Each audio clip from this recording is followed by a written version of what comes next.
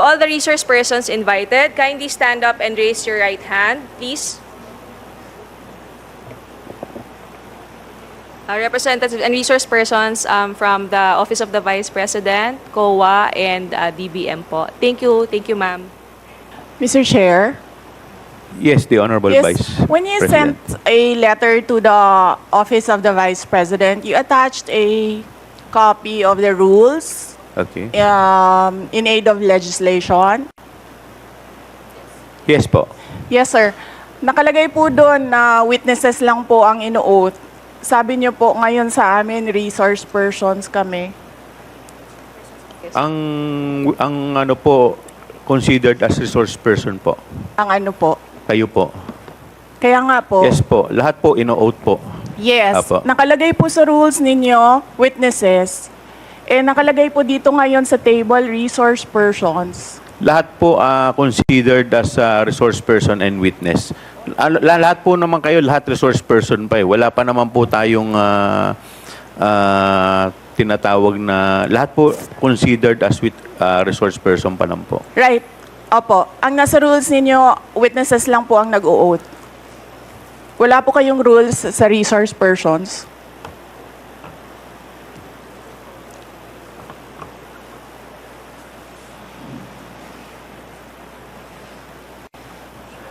Ma'am, ano lang po yun eh.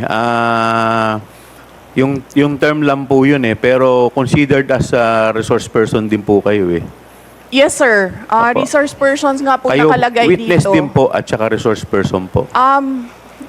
Hindi niyo po sinabi na witness ako. Sinabi niyo po dito ngayon, resource persons. Ang nakalagay po sa rules ninyo, witness. Comsec, ano po yung pinadala po ninyo? Yun pong rules in aid of legislation.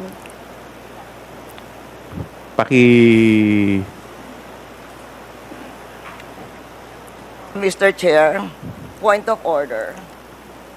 What is the point of order of the Honorable Congressman Because this issue about Macapagal? witness, resource person, etc., etc. Ma'am, pakilakas lang po, hindi po marinig. Persons and accused has been taken up in previous legislative inquiries in aid of legislation. I want to quote a December 8, 2008 hearing in the Senate, where Senator Miriam Defensor Santiago issued, had an opinion on a similar situation, but she quoted a Supreme Court ruling. So, the Constitution provides that no person shall be compelled to be a witness against himself. The Supreme Court has repeatedly emphasized that there is a difference between a mere witness and the accused. And it can appear from statements and privileged speeches that there is that a person who is the subject matter of an adverse privileged speech is not a mere witness or a mere person of interest, meaning a suspect. She is in fact accused of what seems to be a criminal case for violation of certain criminal laws, including malversation of public funds. And there is a case quoted in 2007, Standard Chartered Bank versus the Committee on Banks, where the court repeated the rule that an accused occupies a different tier of protection from an ordinary witness.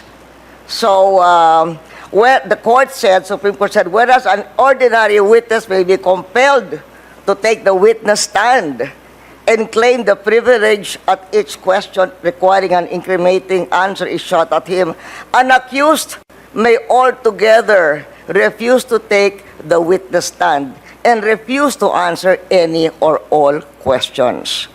So that has been a supreme. And then there is a portion that the court explained that the right of the accused against self-incrimination also applies to respondents in administrative investigations such as legislative inquiries in aid of legislation. So that is the point of order I am raising, and there is a Supreme Court ruling to this effect. Thank you, Mr.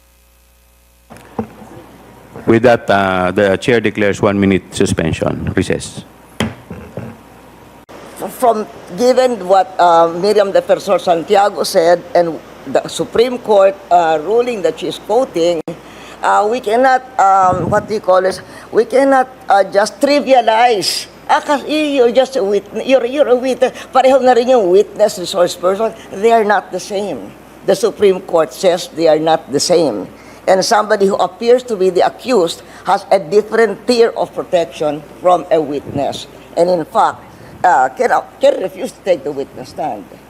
Congressman Flores, you're recognized. Mr. Chair, this is an inquiry in aid of legislation, and no one is Mr. technically accused of any wrongdoing here, Mr. Chair. Mr. Chair, look at the speech. Ma'am, Look at the please, speech, Mr. Chair, ma'am, the privilege. please wait to be Mr. recognized. Chair, first. may I request a Wait. 1 I will, minute I will- recess? 1 minute. 1 minute Thank recess you. declared by the chair. Yes.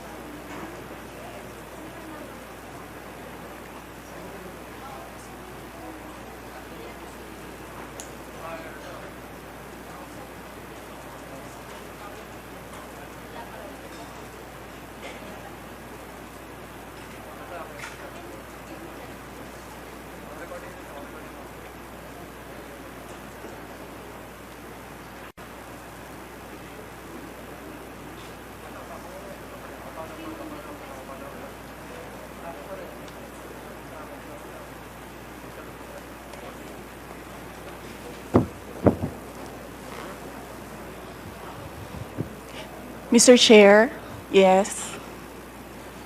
Mr. Chair, Session resumes. Mr. Chair, may I speak? You will be given the opportunity later, Okay. Madam Vice President. In any event, the point of the Honorable Arroyo is well taken, but we will proceed to the oath taking. If the Vice President refuse to take her oath, we will respect that. In the meantime, COMSEC, please proceed with the oath taking of the other witnesses.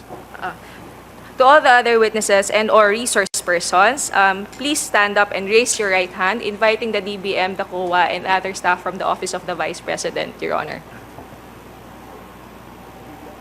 Okay. Please your right hand.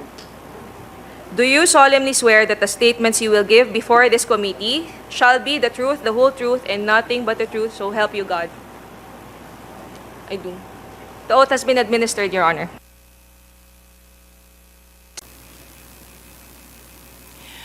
Mga kababayan, ladies and gentlemen, Assalamualaikum, Warakmatullahi wa Barakatuh. Madayaw, mayong adlaw, kaninyong tanan. Magandang araw sa inyong lahat. The officials of the Office of the Vice President, as well as each and every one of our satellite office leads, were in receipt of a letter from the chairman of the Committee on Good Government and Public Accountability dated September 13, 2024, requesting our presence or that of our duly authorized representatives in today's initial deliberation with preliminary determination on privilege speech number 379. In view of the said letter, I am appearing before you today not only as the head of office, but more importantly, as the duly authorized representative of all officials of the OVP. Simply because we have not done anything wrong. There is no misuse of funds. If there are audit findings, we shall gladly respond to them before the Commission on Audit. And if there are legitimate cases to be filed, then we shall gladly respond to them before the appropriate courts. In relation to this, may I just say that I take notice of the opening speeches and nasabi doon, there is a determination of misfeasance, nonfeasance, and malfeasance. And those are cases that should properly be taken in the courts of law. What we are witnessing now is no ordinary legislative inquiry. This exercise is a well-funded and coordinated political attack. This much is evident from the very words of the privileged speech that prompted this inquiry. A speech that simply meant to say, do not vote for Sara on 2028. It is clear to me that this inquiry is not about misused funds, accountability, or governance. Instead, it is solely aimed at discrediting my name and my office to prevent future political contests. I have publicly stated my reasons as to why I've chosen not to defend the OVP's budget proposal for 2025. I have narrated the issues I encountered in previous years, which can easily be confirmed by looking at the NEP, the GAB, and the GAA for fiscal years 2023 and 2024. Further, I have even shared the drama that transpired last year regarding the confidential funds. Hence, just as we have done last year, we again leave the 2025 OVP budget to the pleasure of Congressman Martin Romualdez. I am not asking for any special treatment, nor am I asking you to uphold any tradition. There is no disrespect. All I am saying is that you have the complete freedom to do whatever you wish with the OVP budget. If you feel that all the documentary submissions are not enough, then by all means, huwag kayo magbigay ng budget. Sa totoo lang, hindi naman ang budget ang punteriya ninyo. Dahil napakadali naman magtanggal ng budget. What you are trying to do is make a case for impeachment. Hindi naman ako kakandidato sa nalalapit na eleksyon. Hindi ako namumulitika. Ang ginagawa ko lamang ay ang pagtupad sa aking oath of office at campaign platforms na trabaho, edukasyon, at mapayapang pamumuhay. Sinabi ko na noon at ilang beses ko nang inulit na hindi ako ang problema ng bayan na ito. Ang totoong problema ng bayan ay kagutuman, kahirapan, iligal na droga, kriminalidad, terorismo, hindi na sapat na healthcare, kalidad ng edukasyon, kawalan ng plano ng infrastruktura para sa disasters, at marami pang iba. So, you may try to destroy me, you can skin me alive, and throw my ashes to the wind. But let it be known, you will find me unbowed. I will continue to serve the Filipino people no matter the personal cost or political intrigue. Having said that, I will not allow myself to be subjected to an inquiry based on an empty privilege speech just so you can attack me and do indirectly what you failed to do directly during the budget hearings. I therefore request this committee to terminate this inquiry for its clear lack of any proposed legislation or substantive matter for discussion. Shukran.